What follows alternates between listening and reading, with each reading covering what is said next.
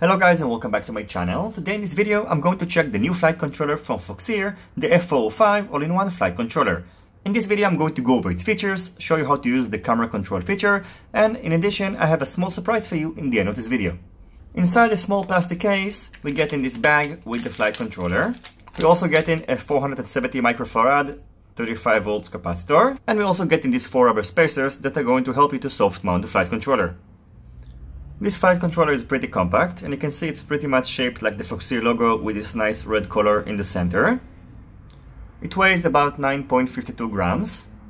The distance between the mounting holes is a standard 30.5 millimeters, and its dimensions are about 41.5 by 36.8 by 6.4 millimeters, and the width at its widest point is about 53.9 millimeters. The Foxeer F405 flight controller features a built-in PDB with a maximum current of 50 amperes per ESC. It supports batteries between 3 to 6S. We can find over here the battery pads. We can find them both on the top and on the bottom, which is really convenient. And next to each corner, we can find the pads for the ESC. So we've got the plus, ground, signal, and also telemetry pad. Just like the battery pads, we can find them both on the top and on the bottom of the board. In terms of UART ports, this board is going to get you covered because it features 5 UART ports, which is a lot and probably is going to be more than enough for you. On the right we can find TX1, TX2, TX3 and TX4. Of course we got also the RX connectors. In addition we've got the ground and 5 volts pads over here. We have SDL and SDA pads for an external GPS if you'd like to connect one. And on the front we've got the RX5 and TX5, so in total we have 5 UART ports. On the bottom left, you can find the pads for the buzzer, for the LED board, and we've got also the Signal 5 and Signal 6 pads, so you can use this board with an hexacopter, or you can just remap these pads to be used with other accessories. Finally, on the front, we've got the pads for the VTX, for the camera control, which I'm going to show you how it works in a moment. And you can also set the voltage for the camera and for the VTX using these jumpers. They come pre-soldered to be used with 9 volts, but if you want, you can just remove the solder point and you can solder the center pad with the 5 volts, and then it's going to provide 5 volts either to the camera or for the VTX. On other boards that I've seen, they use the same jumper, so it's nice that they give you the option to power the camera and the VTX differently. It's also a great add-on to give you the option to power the VTX with 9 volts, because then instead of powering directly from the battery, you can use this pad, and 5 volts is not enough for most of the VTX, so having the option to power it with 9 volts is a great option. So now I've got everything wired up. In order to use the camera control, just make sure that the pin from the OSD of the camera is connected to the camera control, and now I'm going to show you how it works.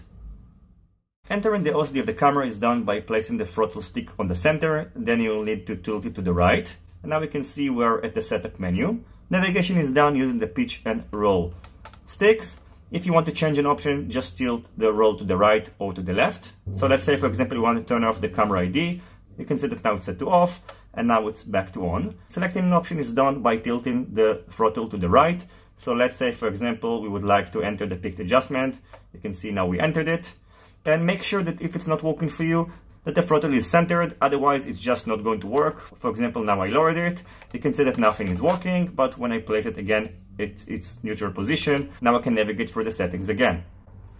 Exiting the menu is done by pressing the exit. Now it's going to prompt me if I want to save the settings or not, so let's save them. And as you can see, now we exited the configuration screen. So overall, the Foxeer F405 all-in-one flight controller looks like a very interesting flight controller. It offers plenty of UARTs, and also the camera control feature is pretty nice. The only suggestion I have to Foxeer is maybe on their next version to separate the plus and the ground, because when they're close to each other, it can create shortcuts. So for example, I recommend to switch between the camera and the plus 5 volts, and then it can prevent things from going south if anything will go wrong. I'm going to include in the description box down below the default settings file for Betaflight, so in case you change the setting and you're not sure what to do, you can just revert to the default settings. In addition, it comes pre-flashed with Betaflight 3.3.3, which is the only version that is available for this board, which is running the Foxeer F405 firmware. Now, as I told you in the beginning of the video, I have a small surprise for you, and you probably know what it is. I asked Foxeer to sponsor a small giveaway and they agreed. So one of you guys are going to win this flight controller. If you want to participate, all you have to do is to be subscribed to my channel and leave a comment in the comment section down below. I'm going to randomly select the winner in the next couple of weeks, and I'm going to announce it in one of my videos, so stay tuned. As always, I thank you for watching my video. I hope you enjoyed it and you find it useful. If you have any questions about this flight controller, feel free to let me know. Don't forget to leave a thumbs up if you like this video, and consider subscribing to my channel and hitting the notification bell if you're not already subscribed. See you in my next videos, and goodbye.